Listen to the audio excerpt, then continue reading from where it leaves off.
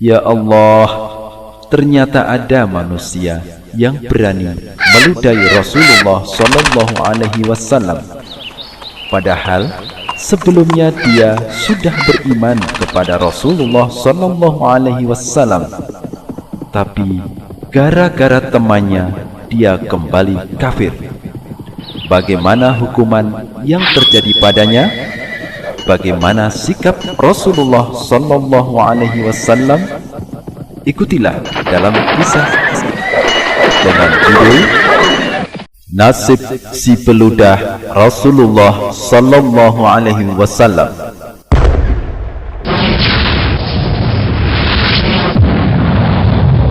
Anak-anakku sekalian, semoga Allah memilihkan kalian teman yang baik. Saat Rasulullah Sallallahu Alaihi Wasallam belum hijrah ke Madinah, ada seorang kafir Quraisy bernama Abu Mu'aid.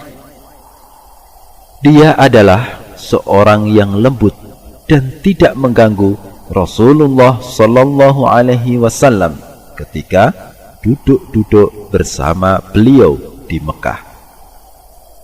Sedangkan orang-orang Quraisy yang lain, bila duduk-duduk bersama Rasulullah Sallallahu Alaihi Wasallam, mereka menyakiti beliau. Abu Mu'aid mempunyai seorang sahabat karib di negeri Sam. Orang-orang Quraisy memberitahu sahabat Abu Mu'aid bahwa Abu Mu'aid telah mengikuti agama Nabi Muhammad Sallallahu Alaihi Wasallam. Kemudian sahabat Abu Mu'aid pergi dari Syam ke Mekah pada waktu malam. Sahabat Abu Mu'aid berkata kepada istri Abu Mu'aid, "Apa yang dilakukan Muhammad?" Maka istri Abu Mu'aid menjawab, "Lebih dahsyat dari keadaannya dulu." Sahabat Abu Mu'aid bertanya, "Apa yang dilakukan teman karibku Abu Mu'aid?" Istri Abu Mu'aid menjawab, "Dia telah menjadi seorang Sabi'i, yakni pengikut agama Nabi Muhammad Sallallahu Alaihi Wasallam." Maka sahabat Abu Mu'aid bermalam di rumah Abu Mu'aid. Ketika pagi hari, Abu Mu'aid datang kepadanya. Abu Mu'aid mengucapkan salam kepadanya, tetapi dia tidak menjawabnya. Maka Abu Mu'aid bertanya, "Kenapa kamu tidak menjawab ucapan salamku?" "Bagaimana aku menjawab salammu, padahal engkau telah pindah agama?" jawabnya. Abu Mu'aid bertanya, "Apakah orang-orang Quraisy berkata demikian?" "Ya," jawabnya. Abu Mu'aid bertanya, "Perbuatan apa yang bisa melegakan mereka bila aku melakukannya?" Dia menjawab, "Engkau datang ke majelis Muhammad, kemudian kamu ludahi wajahnya, lalu engkau cerca dia dengan celaan yang paling jelek yang kau tahu." Maka Abu Mu'aid melakukan usulan temannya itu. Abu Mu'aid meludahi Rasulullah Sallallahu Alaihi Wasallam dan mencaci maki beliau. Rasulullah Sallallahu Alaihi Wasallam tidak melakukan apa-apa selain mengusap wajahnya dari air ludah. Kemudian Nabi Muhammad Sallallahu Alaihi Wasallam menoleh kepada Abu Mu'aid seraya bersabda, "Jika aku mendapati engkau keluar dari gunung Mekah, aku akan memenggal lehermu." Ketika terjadi perang Badar, orang-orang Quraisy keluar menuju peperangan, sedangkan Abu Mu'aid tidak mau ikut keluar. Maka mereka berkata, "Keluarlah bersama kami." Abu Mu'aid menjawab, "Orang ini, yakni Muhammad Sallallahu Alaihi Wasallam, telah menjanjikan kepadaku, jika aku keluar dari gunung Mekah, dia akan memenggal leherku." Mereka berkata, "Engkau mempunyai unta merah, sehingga dia tidak akan bisa mengejar unta, walaupun kekalahan mengenai unta itu. Abu Mu'aid keluar bersama mereka. Ketika Allah Subhanahu wa Ta'ala membinasakan kaum musyrikin Quraisy, unta Abu Mu'aid terjerembab bersamanya ke permukaan tanah. Kemudian Rasulullah Shallallahu Alaihi Wasallam menangkapnya dan menjadikannya sebagai tawanan di antara 70 tawanan Quraisy. Abu Mu'aid datang kepadanya dan bertanya kepada beliau, "Apakah kamu akan membunuhku di antara mereka ini?" Rasulullah Shallallahu Alaihi Wasallam menjawab, "Ya, karena dulu kamu meludahi wajahku." Kemudian Allah Subhanahu wa Ta'ala menurunkan ayat 27 sampai 29 surah Al-Furqan. وَيَوْمَ يَعَضُّ الظَّالِمُ عَلَى يَدَيْهِ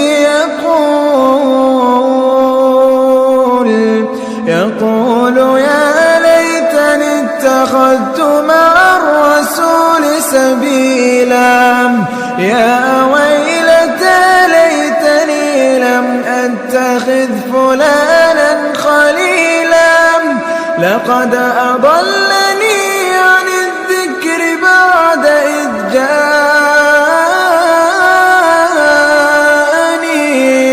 وكان الشيطان للإنسان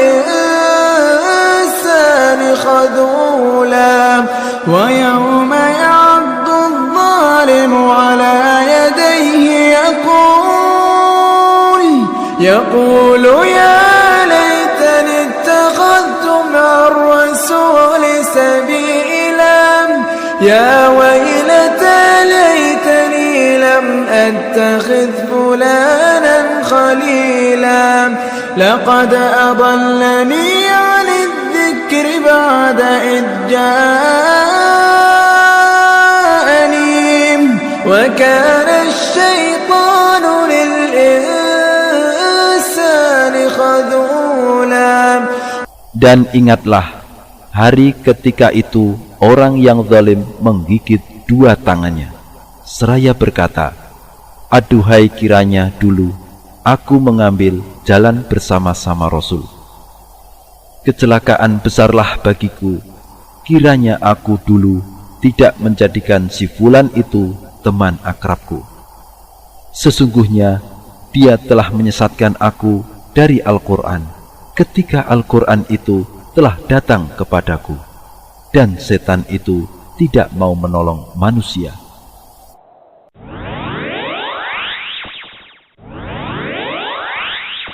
Adik-adikku sekalian yang dirahmati oleh Allah Subhanahu wa Ta'ala, marilah sekarang kita bersama-sama menyimak faedah dari kisah nasib si peludah Rasulullah Sallallahu Alaihi Wasallam.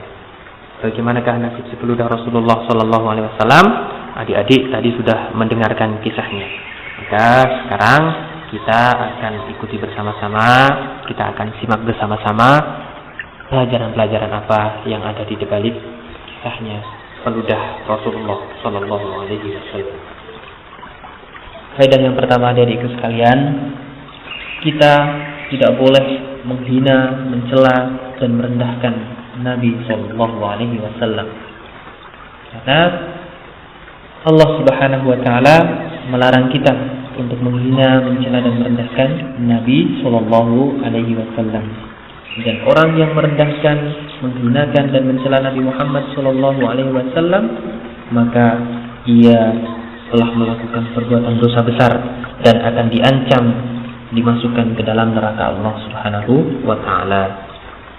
Berikutnya, faedah yang kedua, di dalam bergaul, di dalam memilih teman, kita harus berhati-hati adik-adik sekalian. Kita harus berhati-hati memilih teman, memilih teman-teman yang baik.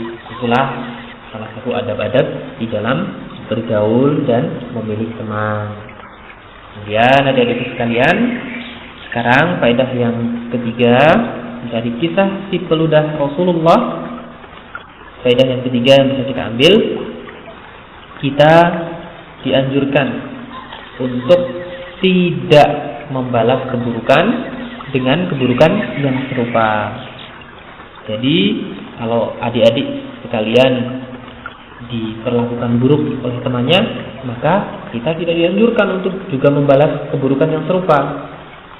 Kemudian kaidah yang keempat, adik-adikku sekalian, Allah Subhanahu wa taala pasti akan memberikan siksa yang pedih bagi orang-orang yang mencela, menghina dan menyakiti Nabi sallallahu alaihi wasallam, sebagaimana kisahnya si peludah Rasulullah sallallahu alaihi wasallam. Kemudian yang kelima, dari sekalian, di dalam kisah ini kita diajarkan untuk bersabar atas keburukan yang dilakukan oleh orang lain kepada kita.